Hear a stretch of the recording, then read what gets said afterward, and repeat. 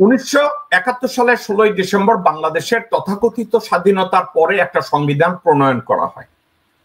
বিশ্বের যে কোনো দেশের সংবিধান প্রণয়নের আগে জনগণের কাছ থেকে তারা একটা গণভোটের মাধ্যমে ম্যান্ডেট চায়। 1971 সালের 16 ডিসেম্বরের পর থেকে 72 সালের সংবিধান করা পর্যন্ত একবারও জনগণের মতামত নেওয়া হয় নাই, একটা গণভোট দেওয়া হয় নাই, জনগণের ম্যান্ডেট নেওয়া হয় নাই, কিন্তু তারা একটা সংবিধান রচনা করেছিল।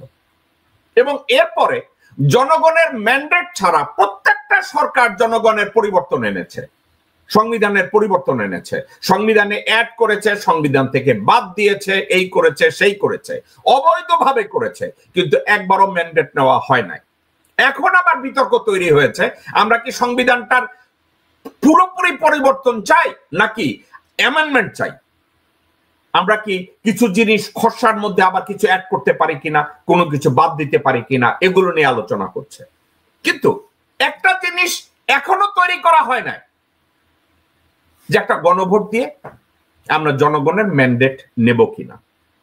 আমি এই বিষয়টা নিয়ে গণভোটের মাধ্যমে আমি দুইটা জিনিস চাই। এক, সংবিধানের পরিবর্তন আমরা চাই কিনা। দুই, বর্তমান অন্তর্বর্তীকালীন সরকার যদি রেগুলার সরকার হিসাবে পুরোপুরি দায়িত্ব নেয়, চুপ্পুকে সরাই দিয়ে ডক্টর মোহাম্মদ ইউনূসকে প্রেসিডেন্ট করা হয়, এই ব্যাপারে একটা গণভোট দেওয়ার অত্যন্ত প্রয়োজনীয়তা আমি অনুভব করছি। একই সাথে দুইটা গণভোট, একটা গণভোটের মাধ্যমে দুইটা রায় জনগণের কাছ থেকে নেওয়া উচিত। এই ম্যান্ডেটটা সম্পর্কে আমি আপনার কাছ থেকে প্রথম শুনবো। হাজী ইসলাম। জাকব সাহেব, আমি আমার কথা বলার শুরুতেই আমি আপনার একটা শব্দ উচ্চারণের প্রতিবাদ করছি। সেটা আপনি বলছেন তথাকথিত স্বাধীনতা। এটা তথাকথিত স্বাধীনতা নয়, এটা রিয়েলি স্বাধীনতা। তবে একটা দেশের স্বাধীনতা আমরা এনে দিয়েছিলাম, কিন্তু জাতিকে আমরা স্বাধীনতা দিতে পারিনি।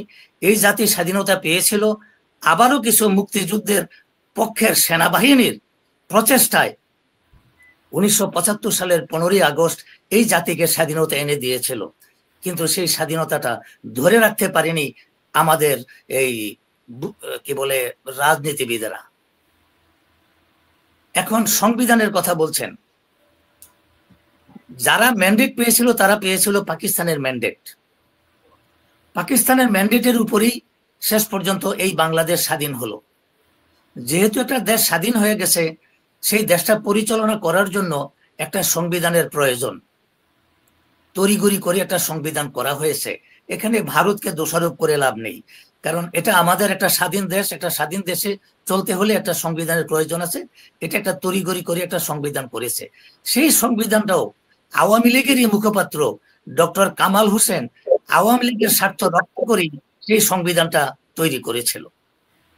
কিন্তু প্রশ্ন হলো, আওয়ামী লীগের পরে আরো কয়েকটা সরকার পার হয়ে গেছে, তারাও এই সংবিধানটাকে ধুয়েই পানি খেয়েছে। কখনো কখনো তাদের প্রয়োজনে সেখানে কিছু সংযোজন এবং বাদও দিয়েছে। তো আমি বলি, এই সংবিধান এখন যেটা আছে, এখন অন্তর্বর্তীকালীন সরকার যেই সংবিধানের উপরে ভিত্তি করে আছে, এটা কোনো সংবিধান নয়। এই সংবিধানটা দর্শিত হতে হতে এটা একদম অপবিত্র হয়ে গেছে। এটাকে সংস্কার করার আর কিছু নেই। এটাকে একদম নতুন করে বাংলাদেশের একটা সংবিধান রচনা করতে হবে। এখন আমাদের দেশের রাজনীতিবিদেরা বলে এই অন্তর্বর্তীকালীন সরকারের এখতিয়ার নাই সংবিধান রচনা করার। কেন থাকবে না? রাজনৈতিক দলগুলি যখন ক্ষমতায় আসে, বড় জোর 55% লোকের সমর্থনে ক্ষমতায় এসে তারা যা খুশি তাই করতে পারবে। আর বর্তমান অন্তর্বর্তীকালীন সরকার দেশের 95% লোকের সমর্থনে তারা ক্ষমতাসীন। সুতরাং তারা যা খুশি তাই করে যেতে পারে দেশের কল্যাণে, তাদের নিজের কল্যাণে নয়। আমি মনে করি এই সংবিধানকে ছুঁড়ে ফেলে আবার নতুন সংবিধান রচনা করে এই সংবিধানের আলোকে বাংলাদেশ চলবে। পরবর্তীতে নির্বাচনের মাধ্যমে যদি কোনো রাজনৈতিক দল ক্ষমতায় আসে, তারা যদি মনে করে না এই সংবিধান তারা রাখবে না, এটা তাদের বিষয়।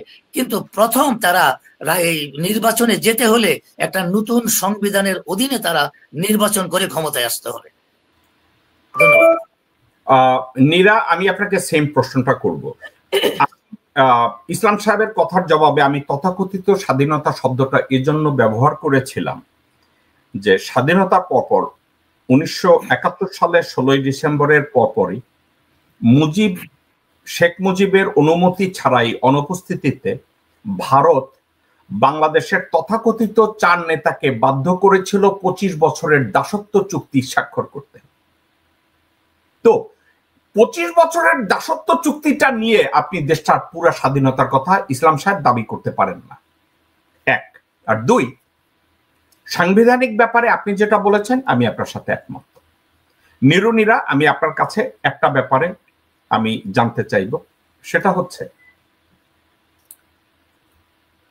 ইসলাম সাহেব একটা ইন্টারেস্টিং সাবজেক্ট বলেছে, 3 থেকে 5%, 10%-এর ভোট নিয়ে অবৈধভাবে একটা সরকার যদি 16 বছর দেশের উপরে শাসনের নামে শোষণ করতে পারে, সেখানে 95%-এর সমর্থন নিয়ে ডক্টর মোহাম্মদ ইউনূস এবং তার সরকার কেন সংবিধানের পরিবর্তন করতে পারবে না, অ্যামেন্ডমেন্ট করতে পারবে না?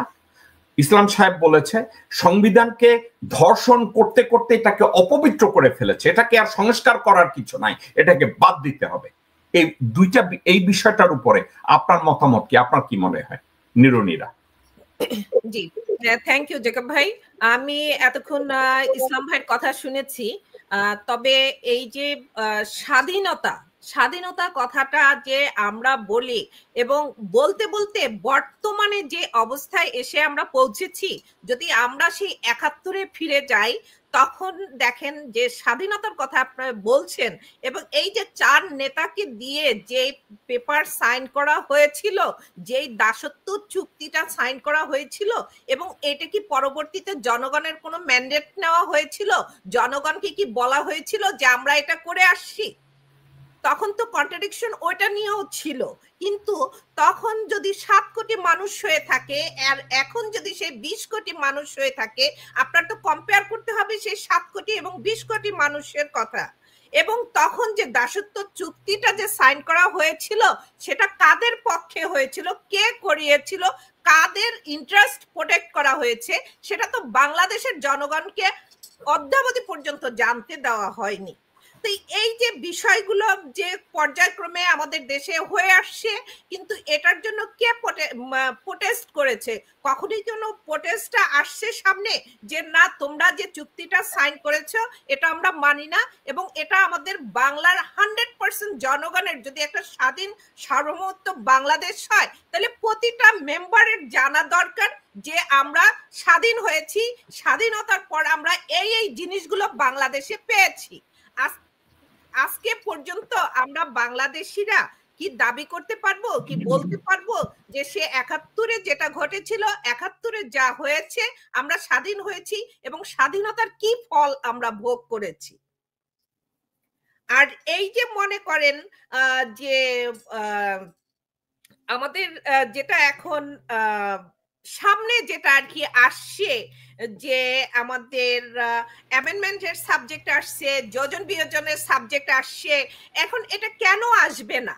কারণ আমরা যদি 71 থেকে এবং আজ পর্যন্ত আমরা যদি দেশের ইন্টারেস্ট চিন্তা করি যে একটা স্বাধীন দেশে কি হওয়া উচিত, এখানে কার কার ইন্টারফেয়ার থাকা উচিত এবং উচিত না, এই জিনিসটা তো আমরা অ্যাটলিস্ট খুব ভালোভাবে বুঝি। তো সেইটা বোঝার পরও কেন আমরা এটা পরিবর্তন চাবো না?